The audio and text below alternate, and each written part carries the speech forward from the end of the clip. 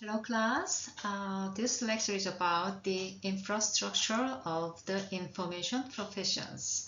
Let's begin.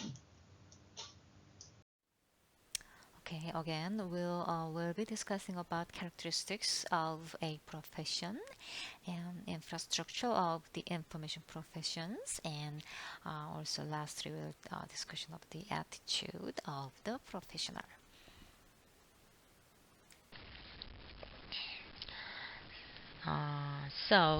What is characteristics of a profession? Um, uh, it's in short, a professional is a person who knows and applies a body of knowledge in a specific area of inquiry. Um, for example, I already gave you this example, but an attorney has mastered the body of knowledge associated with the practice of law, right? Also, a psychologist has learned and practiced the general and specific knowledge related to human behavior. But the definition of a profession is actually more complex than the simple, right? Uh, we will be take a look uh,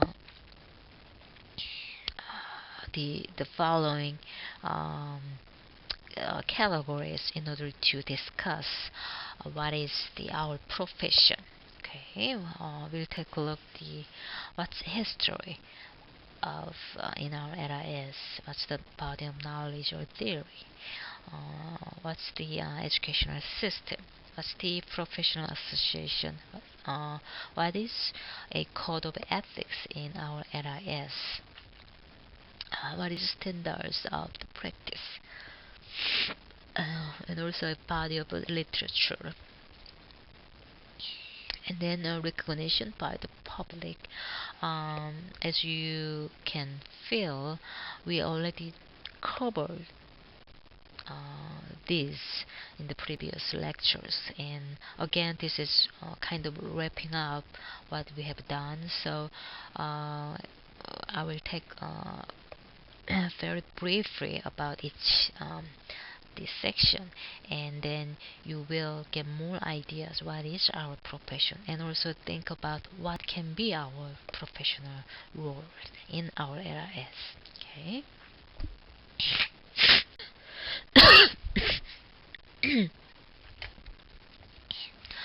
um, I think you already read the books that assigned in the beginning of the semester, so I think you are better than me to understand what the history of a library is.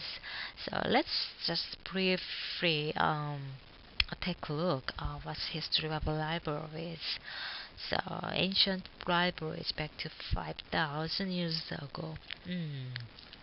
Wow, but at that time it's mostly archival function, right? Like a government, they need to collect like a treaties, legislation, or like a genealogy of a family, and the document related to the governance, and then religious, right?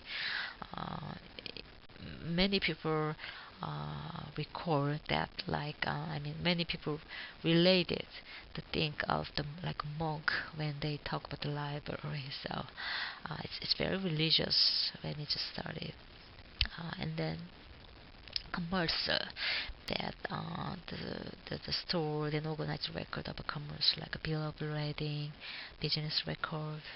These terms are really familiar with me because I was in business uh, world and for 10 years. So every day I was reading a bill of lading and or the contract of the business, uh, and then the private or family for like wealthy people. And then the medieval libraries, monastery library, it's continued to reflect the archival function. And then the early libraries, it's used by royalty and privileged classes.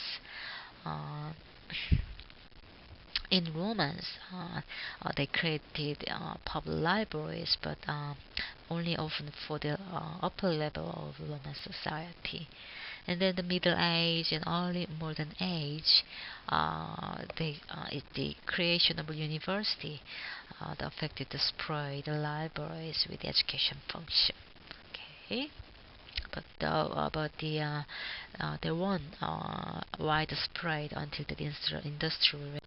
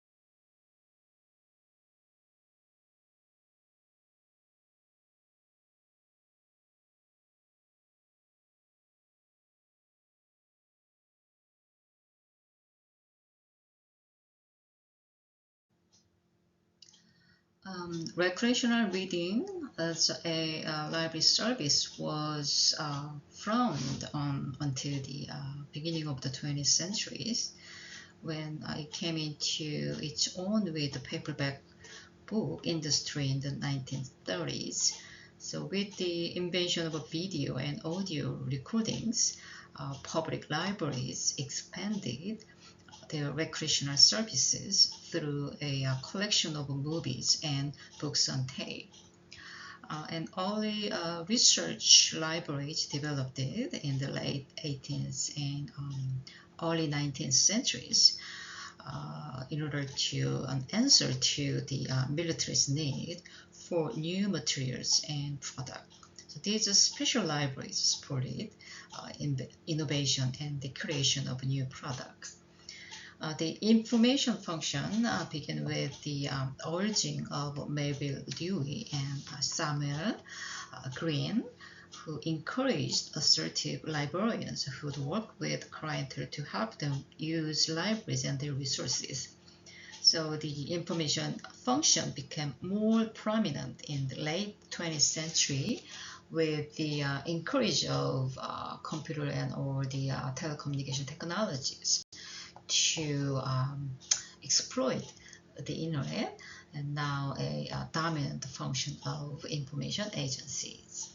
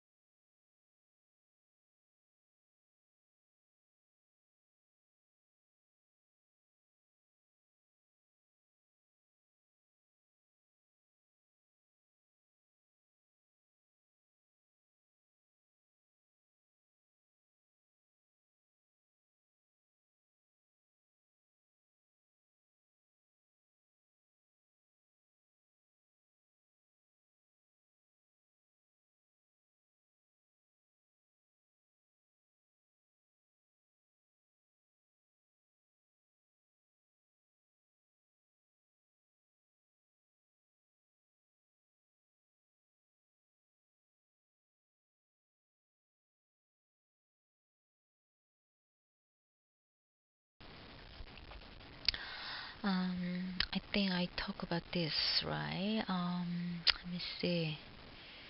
Um,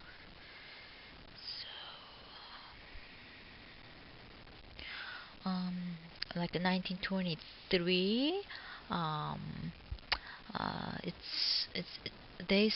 I mean, it's in the U.S. history, like a fifth year degree in bachelor's kind of it was like emerged, so it's like 1930s every undergraduate program uh, uh, has like a fifth year degree, and beginning in 1950s the fifth year bachelor's degree in life science was converted to the a master's degree. So today's master program was developed in the beginning of 1950s. Mm, it, the history of libraries and library profession is really the big topic, and I hope you can um, read other resources. There are so many. I recommend to read like Shera. She, the Shera is uh, he talks about the what's the I mean talks about the history, but always talks about related to the social. What is our role in related to social in our society? So I really recommend that the Shera books. Um, Maybe I can make some list for the history, or let me think about it about the what kind of resource for the history of our profession. Okay. Okay. So in a the profession, there are very distinctive culture of the profession, and also the very unique and distinctive body of knowledge in a profession. Okay, so the a body of knowledge is the central to a profession, and the professional is expert in an area of knowledge that can be the knowledge can be applied in a professional practice. Okay. Like a teacher has studied learning theory and techniques for applying pedagogy to to learners, usually the specializing in a specific age group, and the information professionals have has mastered a body of knowledge uh, to the creation, dissemination, diffusion, organization, preservation, and recording of knowledge. So we submit the body of knowledge, this uh, we actually talk about uh, the the four different the field, right? I guess maybe next slide. Mm, uh, we actually already I guess I guess we talked about this before, or maybe not. But remember we talk about that information psychology and sociology of information organization management, and information engineering as like these four fields can be related to our body of knowledge. So the science is like just the base set, right?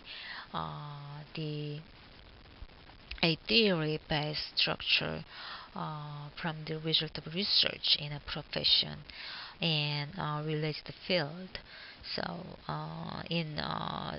because our library information science is based on knowledge of human behavior, the social science are prominent source for this knowledge, and the science support the information professionals, and also it's helpful to define the theory based on which knowledge of professional practice, and those can be built and identify the four fields that I discussed: like sociology, uh, information psychology, and the information organization management, and information engineering. So those science are based, and then there is like the technology that is the like the theory or science is applied to the practice of library and information science professions. So professionals apply this practice or techniques to the everyday work. So this level of knowledge refer to the like very substantive level of a theory, which can be very practical knowledge and used on the daily basis by information professionals. Um, so technology can be the interview with your customers, and do you remember that when I discussed about the interview, reference the interview, there must be some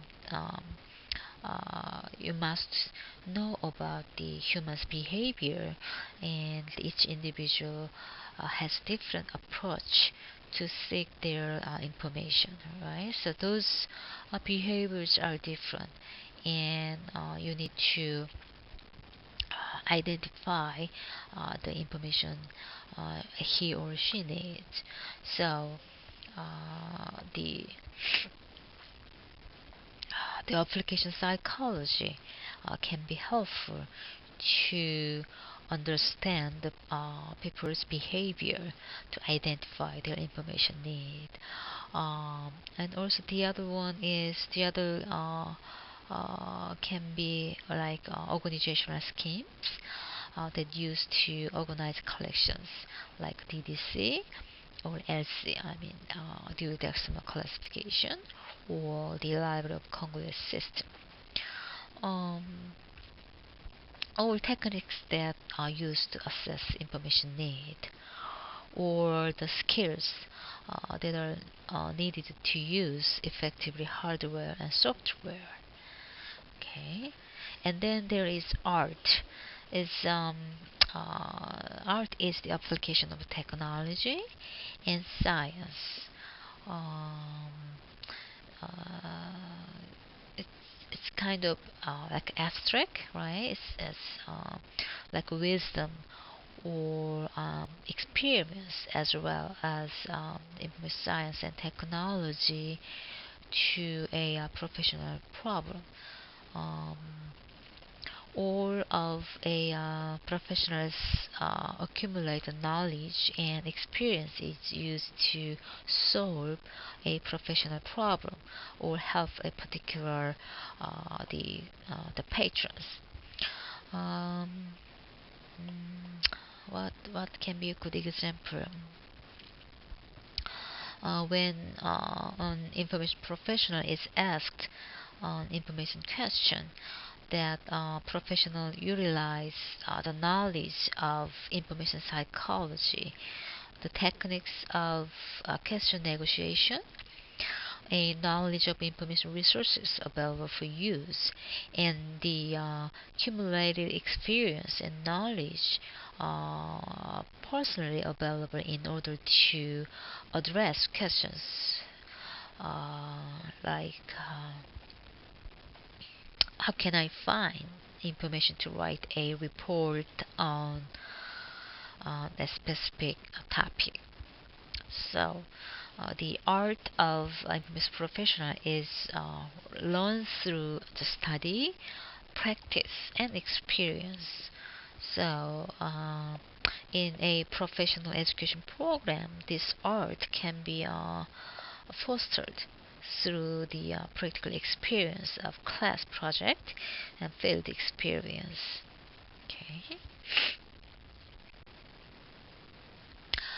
Okay, this I forgot to mention that because we already covered that the information psychology is how do individuals seek and acquire information. So this science can help us how to address these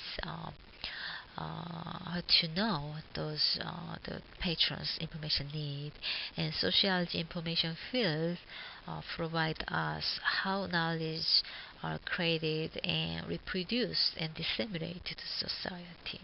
And information organization management, how information organization are organized and managed, and information engineering, how the collections are developed, organized, and maintained. So again, why we are covering this in order to understand our profession.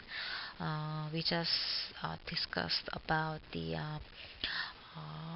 history of the library, history of our library profession, and then we are discussing about what kind of body of knowledge we do have in our profession. Okay. And technology that I just discussed, and then the art. Okay, the art can be a kind of uh,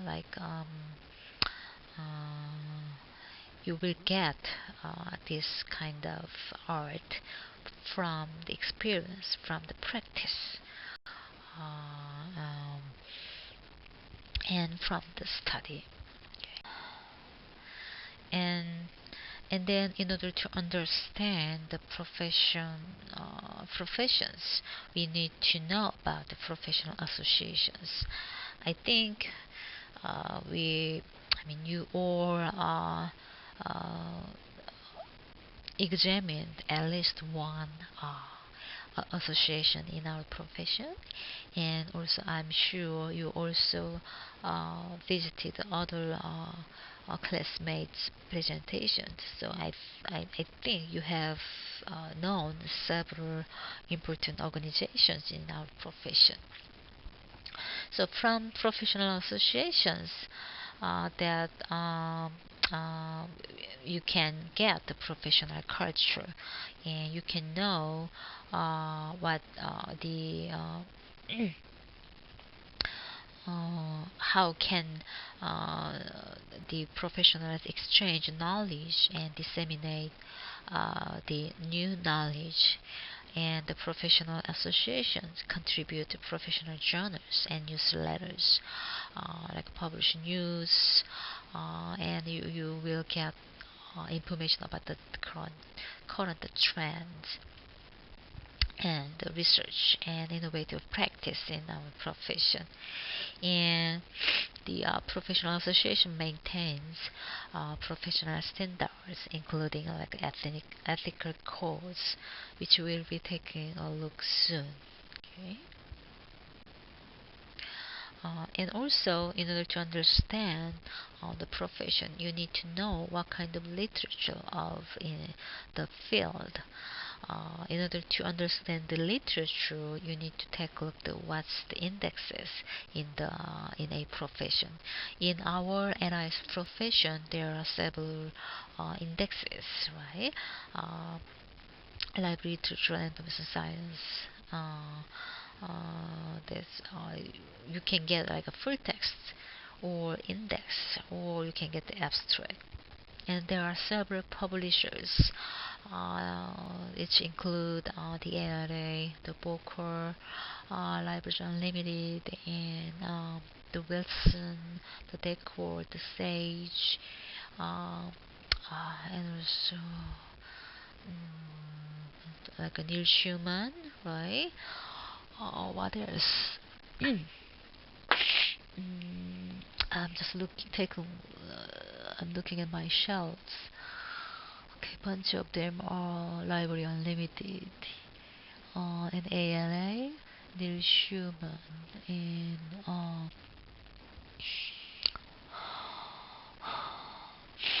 mm, yeah, those are the major uh, publisher in our area.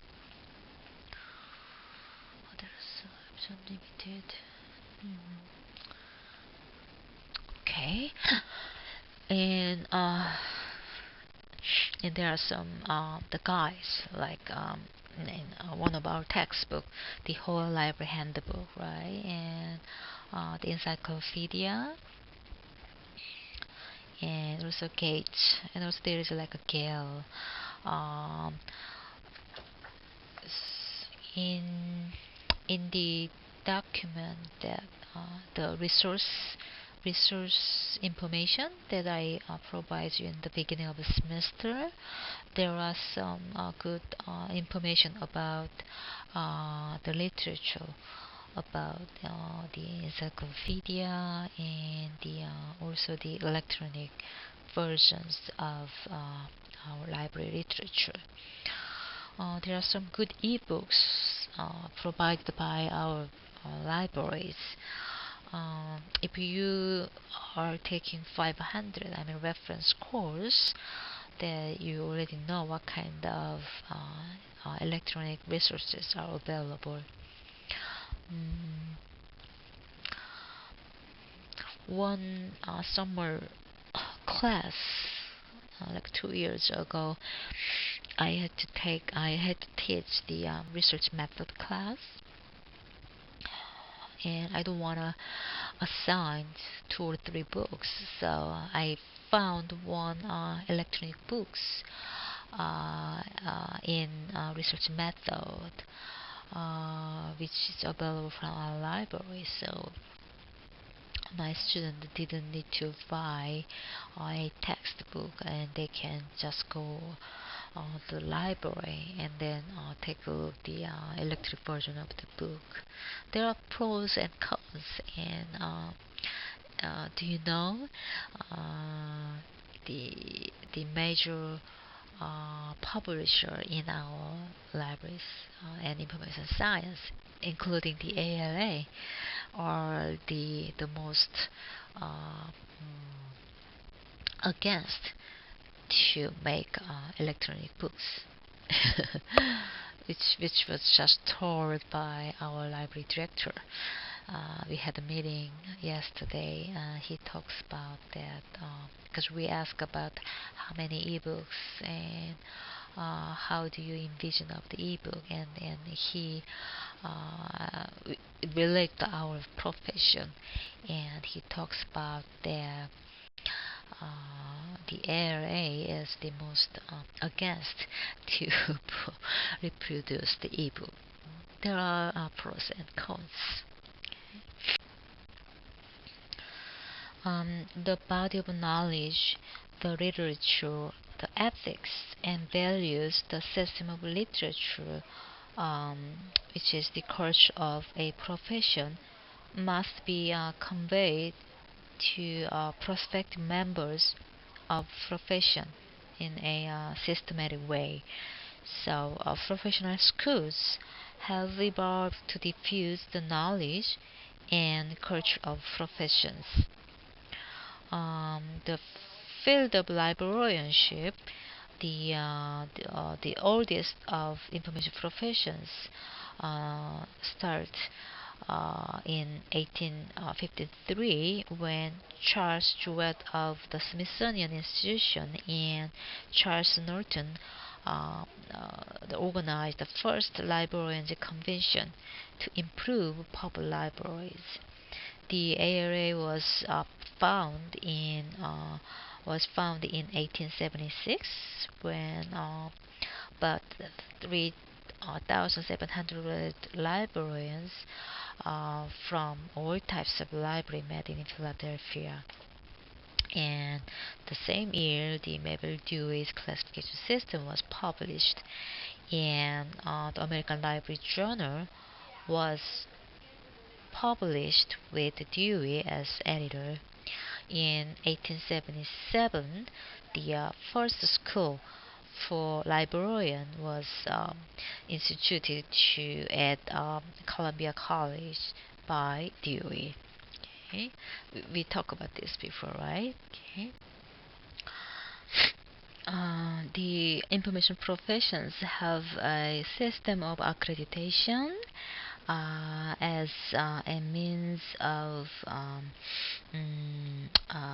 demonstrating a level of education appropriate for the field. The ARA has provided an accreditation process since the 1930s for librarians and other information professionals. Graduate schools who offer master's degree in library and information science need to apply for the accreditation by the association for a period of 7 years based on standards for accreditation, which is adopted in 1992. Um, it's we already discussed about the accreditation, and it was very interesting to have the discussion with you. And one of the things that the student uh, uh, for your from your entrance survey, many people mentioned that because we do have area accredited program, that's why you applied. And most library requires a master degree from accredited master programs. So it's not only for the if the program has uh, uh, uh, accredited from ARA, but it provides you some substantial educational standard that the program has. In order to meet the standard, which is very high and also very upfront and should be current. Um, uh, some of the programs couldn't meet those standard, and in like a provisional condition, like some of them are conditional for accredited the program. So we are I'm very glad that our uh, the application for the 7 years review was successfully done. And uh, but we also was advised that we need more the courses. I think many of you say yes, yes, yes. So we are working on it, and as many of us, I mean the faculty members are like for 2 or 3 years we have had including me. Let me see, 5 new professors. I mean, assistant level of professors, assistant professors. We just got in, and we are kind of young compared to other professors. I mean, real professors. And so we are trying to make a good program, and we are working on curriculum, and we are working on new program, including the CSA, I mean the certification for the our program. I mean it's beyond the master program. And basically I feel like we need to have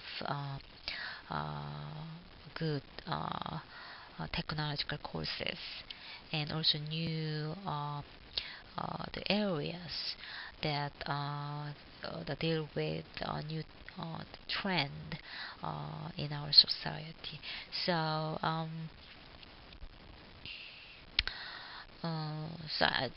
what I wanted to tell you is, because we do have to have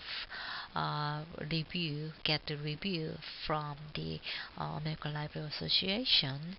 Uh, we are keeping up of our work, and the accreditation review make all the programs to meet their standards. So that's the professional organizations do, and that we are uh, obligated to follow the standard. Okay.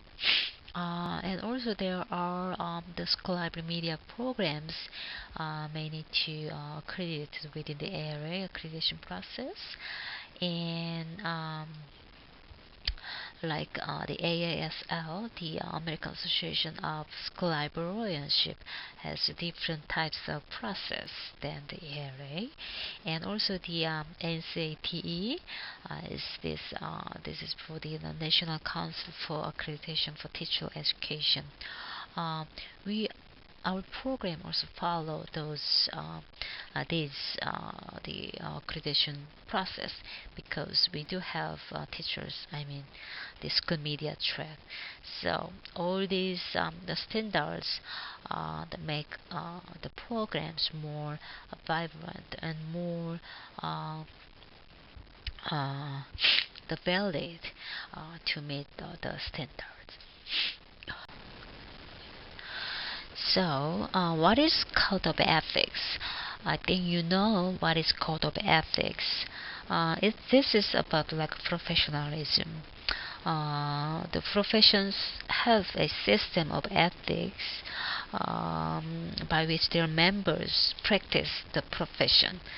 So, in our information professions, the ethics are concerned with the a value of system of profession, under what conditions services are provided, and how the patrons are to be treated as they seek information.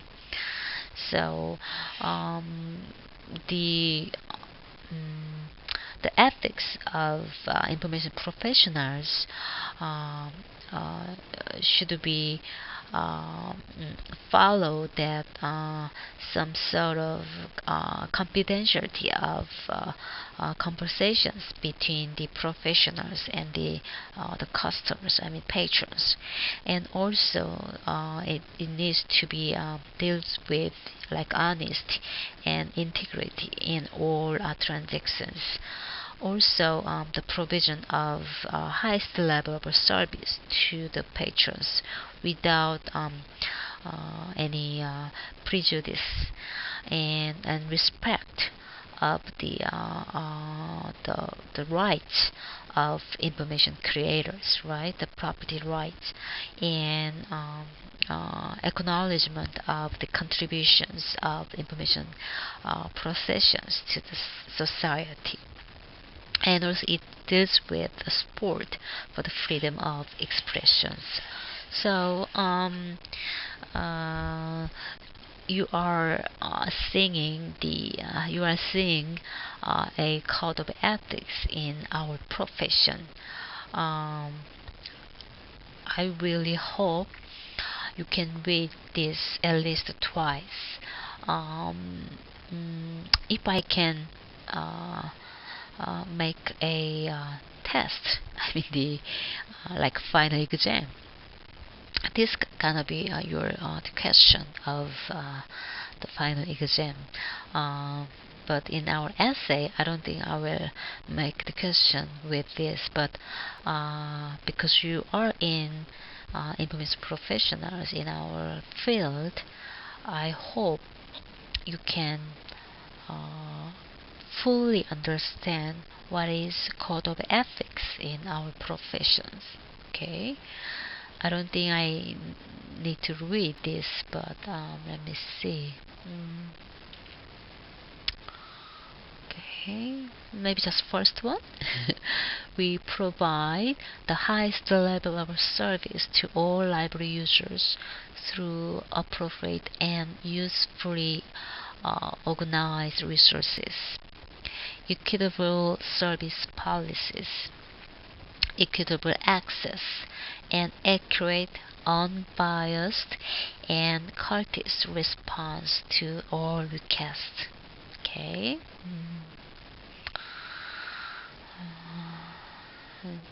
Talking of the censorship and privacy and the right.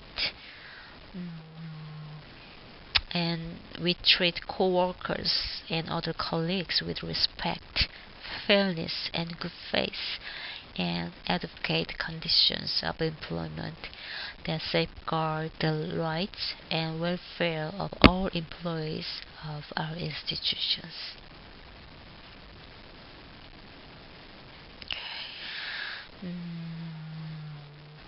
Okay, we distinguish between our personal convictions and professional duties and do not allow our personal beliefs to interfere with fair representation of aims of our institutions or the provision of access to their information resources. Related to this item, I'm sure you will be learning about the ethics in your reference courses, but you are not doctor, you are not a lawyer. Okay, so if you were asked about the legal inquiry or medical inquiry, you shouldn't answer that.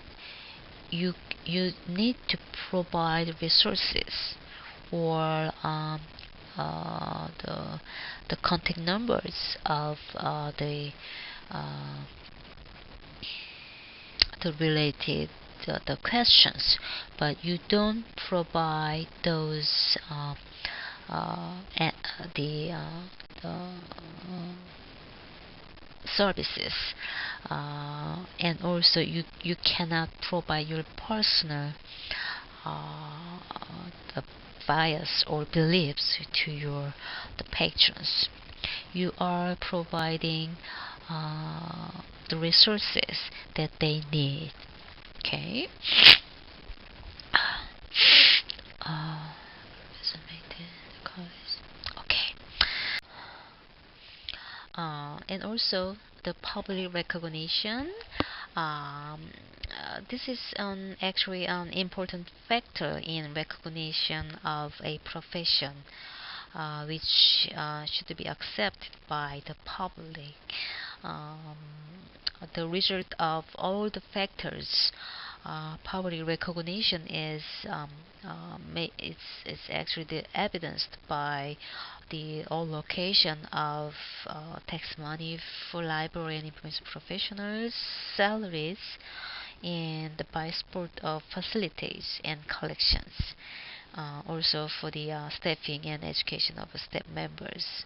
So, um, for some professions, this recognition is like granted as the result of passing an exam, or if there is like accountant, they must pass an exam to be declared a certified public accountant. like attorney, they must pass the bar exam, right? So, like school library media specialists, they are certified or licensed by state education agencies by completing specified requirement. The completed at institutions of higher education in the state. So, um, uh, as a public recognition, we need accredited master's degree by ARA in order to be a information professionals, right?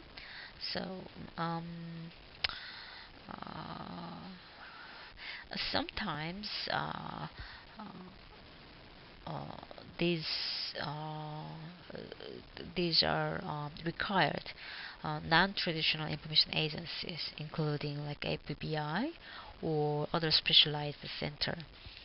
I believe there have been advertisement from APBI several years. I think there still will be, because it's not easy to hire with the library science degree with and or other qualification they ask. But absolutely that if you have master's of library science degree, then it's one of the conditions, one of the benefit to apply the agency like APPI, like very specialized the agencies. So the public recognition can be uh, one of the key factor to understand the profession. And in our the information library and information science, most most libraries, including the non-traditional information agency, they require the master degree from ALA accredited program. Okay.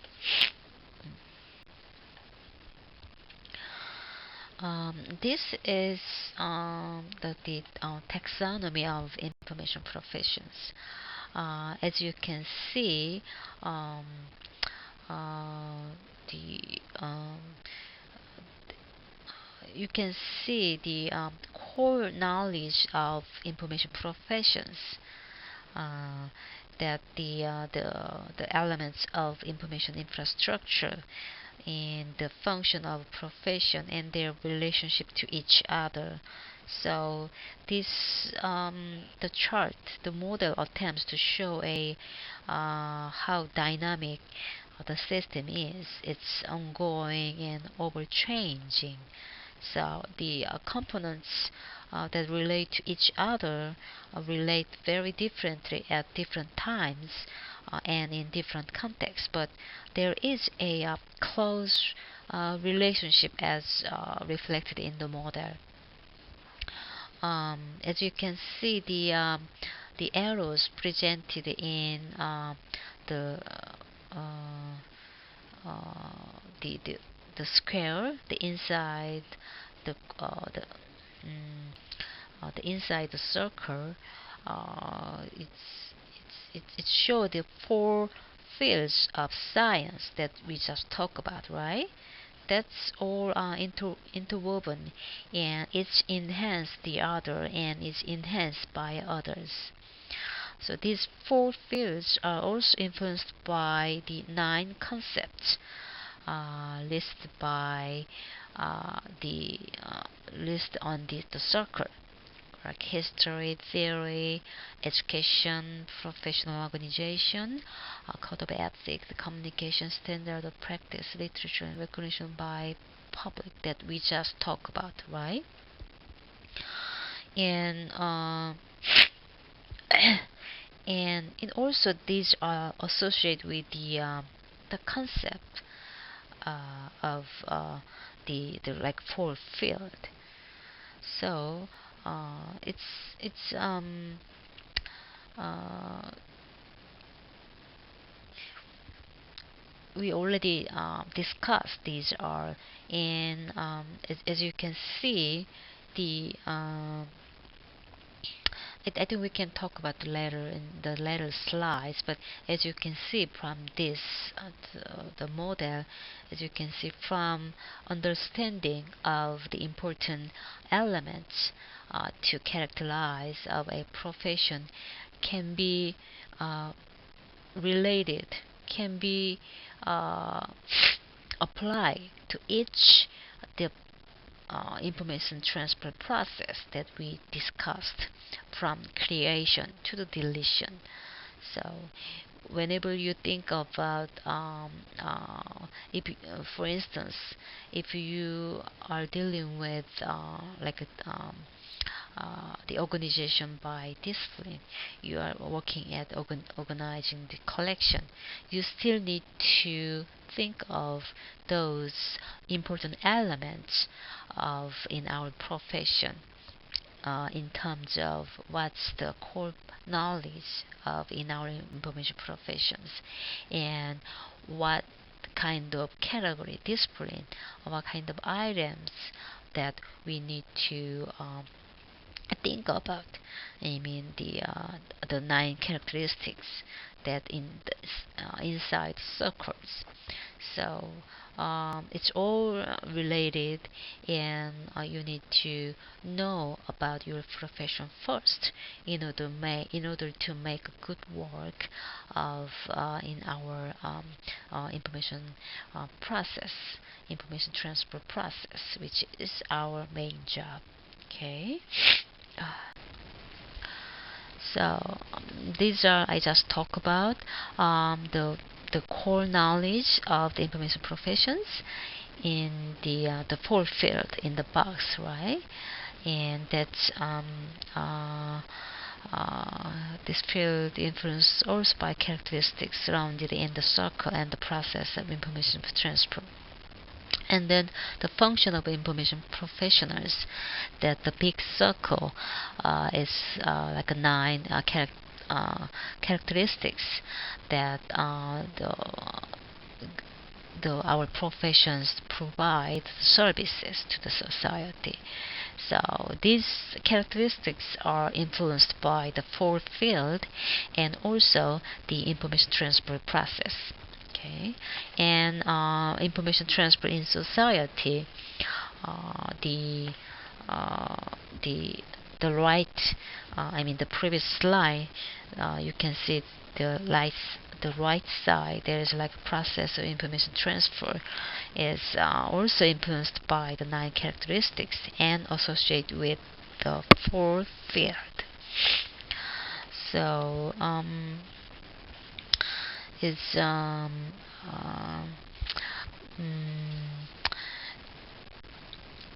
think you can understand the model that has in the previous slide, right?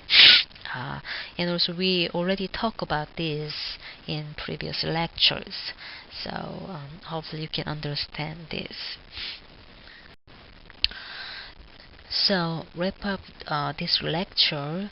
The culture of a profession is composed of a body of knowledge, a value system, and a body of literature, professional organizations which promote the culture and update professionals, and standards for service and recognition of membership in the profession, and a code of ethics.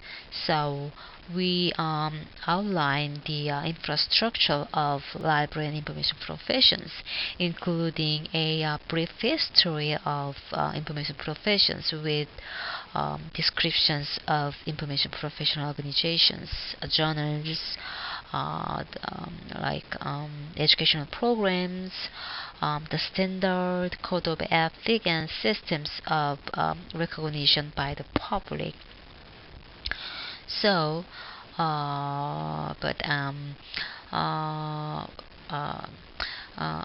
in addition to all of the elements of a profession, there is additional aspect.